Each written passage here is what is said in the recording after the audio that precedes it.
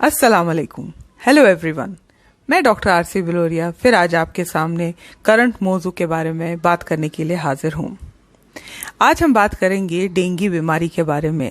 ये बीमारी आजकल बहुत रैम्पेंट होते जा रही है, इसके केसेस बढ़ते जा रहे हैं और ये देखा जाता है कि समर्स के बाद जब रेनी सीजन आता है, मॉनसून आता है, इसमें इसके केसेस दिन ब दिन बढ़ते जा रहे हैं, जैसे कि हम आजकल देख रहे हैं। तो आज हम बात करेंगे इसके सिम्टम्स और इसके प्रिवेंशन के बारे में। सबसे पहले तो हमको इस बीमारी से महफूज रहने के लिए हमारे को इसकी अलार्मिंग सिम्टम्स के बारे में मालूम होना चाहिए, ताकि हम इसको पहचाने और इमीडिएटली डॉक्टर को जाके बताएं इसके बारे में। तो डेंगू बीमारी जो है एक वेक्टर बॉर्न डिजीज है, मतलब ये मॉस्किटो के बाइट करने से होती है और ये कम्युनिकेबल डिजीज नहीं है। मतलब एक इंसान से दूसरे इंसान को ये साथ बैठने से, साथ खाने से या शेक हैंड करने से या फिजिकल कांटेक्ट होने से ये बीमारी एक इंसान से दूसरे इंसान को नहीं होती है। बस सिर्फ मॉस्किटो, इन्फेक्टेड मॉस्किटो के बाइट करने से ये बीमारी होती है। ये डेंगू बीमारी जो है एक खास किस्म के मॉस्किटो से होते हैं, जिसको एड्स इजिप्टी बोलते हैं, और इसकी एक्टिविटी जो है दिन में ज्यादा देखी गई है। From dawn to dusk, sunrise से लेके सनसेट तक इसकी एक्टिविटी ज्यादा रहती है और ये देखा गया है कि ये वेस्ट के बिलो लेवल में ज्यादा बाइट करते हैं, मतलब ज्यादातर टांगों पे बाइट करते हैं। अब डेंगू इलनेस के जो अलार्मिंग सिम्टम्स रहते हैं, यूजुअली हाई फीवर रहता है, जो यूजुअली 102 से 104 तक भी रेंज कर सकता है। अब की बॉडी में बहुत शदीद पेन होगी, जिसकी वजह से हम इसको ब्रेक बोन फीवर बोलते हैं। बोन्स एंड जॉइंट्स में खासतौर बहुत पेन रहेगी, मतलब हड्डी टूटे जैसा दर्द आपको महसूस होगा, और वॉमिटिंग और नोजिया भी फील करते हैं, और बहुत सारे केसेस में बॉडी पे through out the body rash देखा जाता है, और सीवियर केसेस में ब्लीडिंग स्टार्ट होती है थ्रू गम्स, नोज, माउथ, और यूरिन और स्टूल में भी ब्लड पास कर सकते हैं। ये फेटल सिम्टम्स है, जिसके बाद बहुत सारे केसेस में डेथ होने के भी चांसेस रहते हैं। तो ये अलार्मिंग सिम्टम्स, ये सिम्टम्स कभी भी महसूस करने में इमीडिएटली आपके डॉक्टर को कंसल्ट करना चाहिए। खास तौर पे किड्स के मामले में बहुत एहतियात बरतना चाहिए और इमीडिएटली इनको नेग्लेक्ट नहीं करना चाहिए और डॉक्टर के पास जाके कंसल्ट करना चाहिए। डेंगू इलनेस का जो देखा गया है, ट्रीटमेंट इसमें पर से कुछ भी नहीं रहता है। कोई भी ऐसी दवाई नहीं है जो पर से डेंगू के जो वायरस को जो है किल करता है।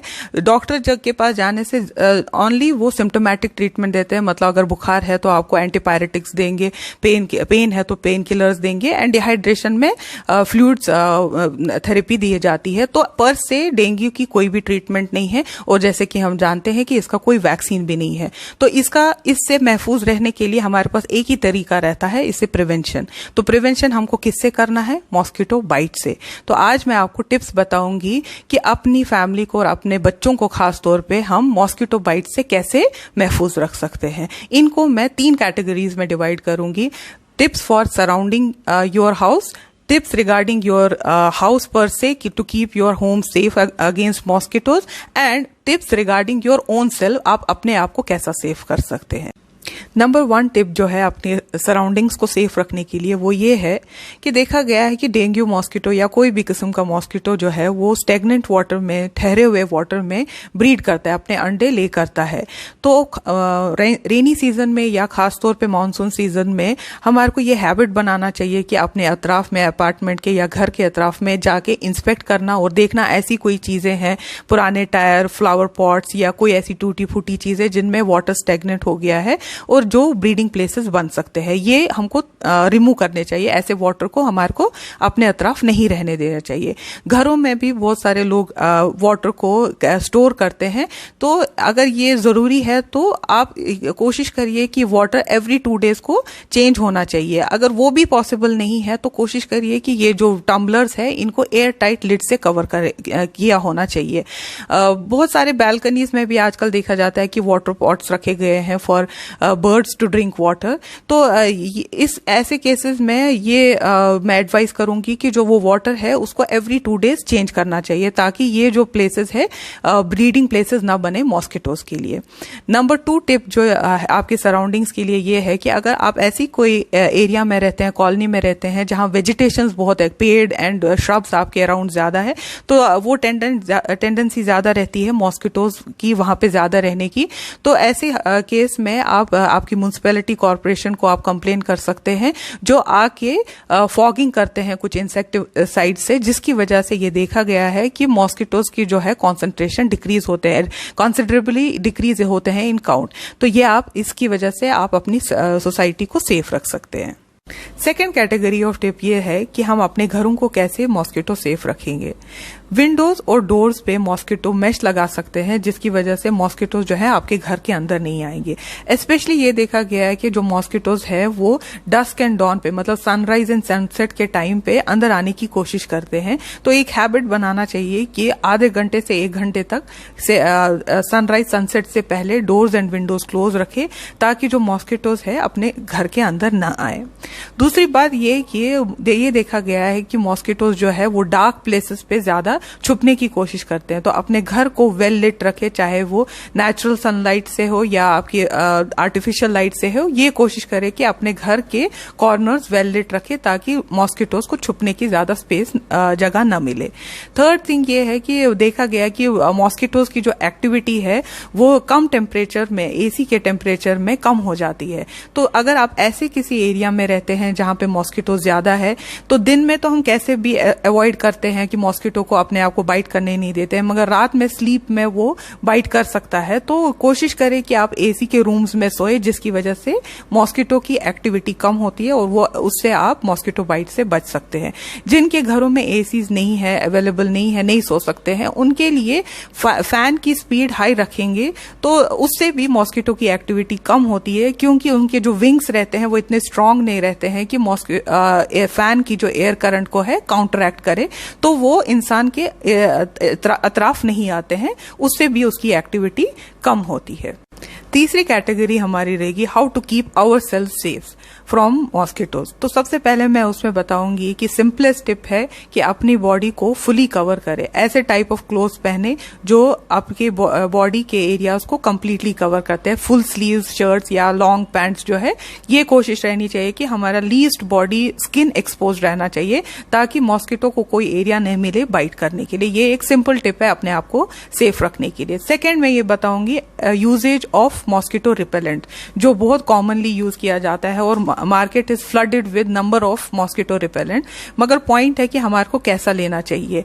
तो इसमें मैं सबसे पहले ये बताऊंगी कि ये कोशिश करनी चाहिए कि EPA रजिस्टर्ड मॉस्किटो रिपेलेंट ही यूज करना चाहिए, क्योंकि इससे देखा जाता है कि ये सेफ रहते हैं और इफेक्टिव रहते हैं फॉर रिपेलिंग द मॉस्किटो। तो ये अगर आप खरीदेंगे तो इसमें हम देखें, आपको लेबल चेक करना चाहिए कि कौन से इंग्रेडिएंट्स रहे। फॉर एडल्ट जो है मॉस्किटो रिपेलेंट देखना चाहिए कॉमनली जो है DEET, इसको DEET कॉमनली ये एडल्ट रिपेलेंट में रहना चाहिए। और भी कुछ किस्म के रिपेलेंट्स है जो मैं डिस्क्रिप्शन बॉक्स में लिखूंगी। तो जब भी आप लेबल चेक करेंगे तो ये चेक करें कि ये इंग्रेडिएंट्स इनमें रहें, तो ये सेफ रहेंगे और इफेक्टिव रहेंगे, even for the pregnant lady और for the breast feeding lady.